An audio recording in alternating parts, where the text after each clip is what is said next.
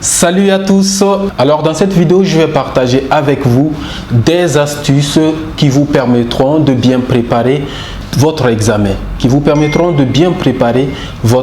Que ce soit un bac, un BT, un brevet ou quelle que soit la nature du concours. Quand même, ces astuces sont très importantes dans la préparation de votre examen. Alors sans plus tarder, on commence notre vidéo. D'abord, la base de tout ce que je vais vous dire tout de suite, c'est-à-dire la base de toutes ces astuces que je vais vous donner, est de connaître vos leçons, c'est de maîtriser vos matières. Donc, apprenez vos leçons, c'est très important. Astuce numéro 1. J'ai choisi pour vous comme astuce numéro 1 le stress. Dites-vous que le stress, c'est tout à fait normal. Mais il va falloir que vous sachiez que le problème, ce n'est pas le stress. Le plus important, c'est de savoir comment gérer ce stress. Donc, cependant, nous allons parler de la gestion du stress. Donc, concernant la gestion du stress, le conseil que je peux vous donner, c'est de bien respirer avant d'entrer en classe. Respirez bien. Ça, c'est le premier conseil. Deuxième conseil, c'est d'avoir confiance en vous-même. Rien ne vaut la confiance en soi. Il faut avoir confiance en vous-même. Une fois que vous avez confiance en vous-même, dites-vous que vous avez réussi déjà à 70, sinon jusqu'à 80% votre examen. Alors, troisième et dernier conseil que je peux vous donner sur la gestion du stress, c'est de bien manger, bien boire et de vous reposer. C'est-à-dire, reposez-vous, n'embrouillez pas votre tête. Astuce numéro 2. Notre deuxième astuce porte sur la présentation de votre copie. Autrement dit, on peut dire déjà qu'on peut se sentir déjà en classe. Là, on est déjà dans la salle d'examen. Présentez bien votre copie. Ayez toujours une copie propre, sans rature surtout, et puis avec des écritures lisibles. Parce que ce que vous devez vous dire est que votre correcteur a un temps limité. Donc, il ne peut pas passer son temps à chercher à lire des écritures qui ne sont pas lisibles. Donc, faites tout, fournissez beaucoup d'efforts à pouvoir faire des écritures bien lisibles. Donc, faites des écritures lisibles et surtout, n'écrivez jamais avec un stylo rouge. Parce qu'on suppose déjà que le correcteur va corriger vos feuilles, vos devoirs avec un stylo rouge. Donc, le stylo rouge est déconseillé. Évitez les fautes d'orthographe, surtout. Évitez les fautes d'orthographe. Sur votre copie, ne faites pas de rature. Parce que, je le répète encore, votre correcteur a un temps limité. Astuce numéro 3. Faites les annales. Revisez dans les anciennes brochures. Ne négligez pas les brochures. Prenez des anciens sujets, traitez-les.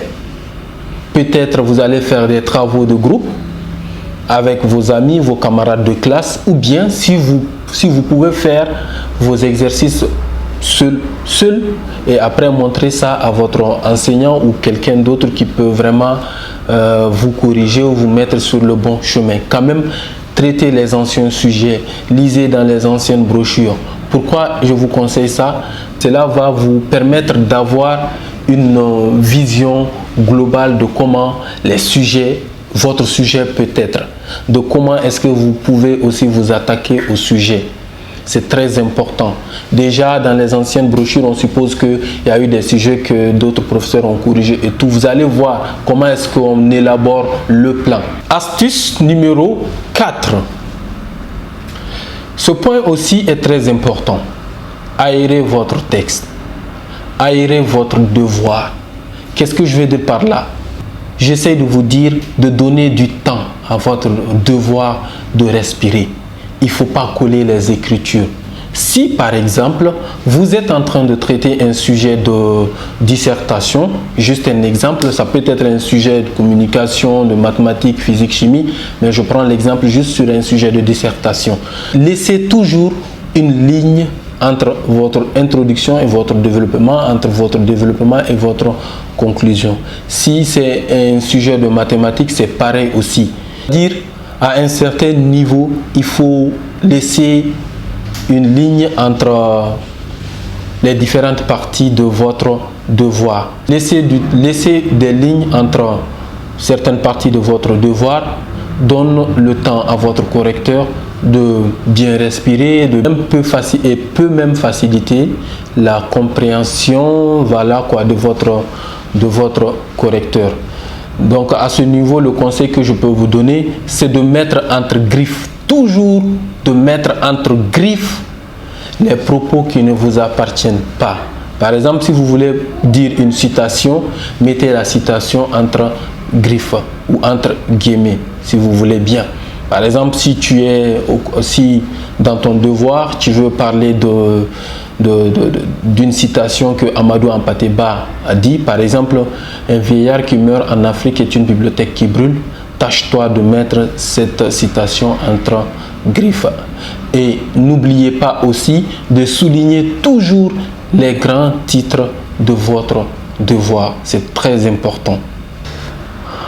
Astuce numéro 5, sinon notre dernière astuce, on va dire. J'ai laissé cette astuce à la fin parce que c'est un point très important. Dans tout ce que je viens de vous dire, rien ne vaut la gestion du temps. Donc astuce numéro 5, la gestion du temps. La gestion du temps est très importante. Il faut utiliser, sinon il faut exploiter tout le temps qu'on vous a accordé. C'est-à-dire si vous êtes en train de traiter déjà un sujet de 2 heures, ne vous précipitez pas ou bien ne vous laissez pas influencer par vos camarades qui finissent tôt.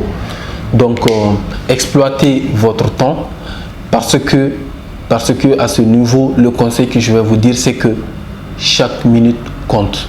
Si vous avez fini 30 minutes avant l'heure, restez en classe, lisez, relisez, relisez votre devoir. Parce que à travers vos nombreuses lectures, vous pouvez voir certaines fautes que vous allez corriger. Vous pouvez même vous rendre compte, c'est possible, on ne le souhaite pas, que vous avez fait un hors-sujet. Donc en 30 minutes, vous pouvez quand même faire quelque chose, je suppose. Donc, exploitez votre temps. Exploitez votre temps, ne vous précipitez pas pour sortir.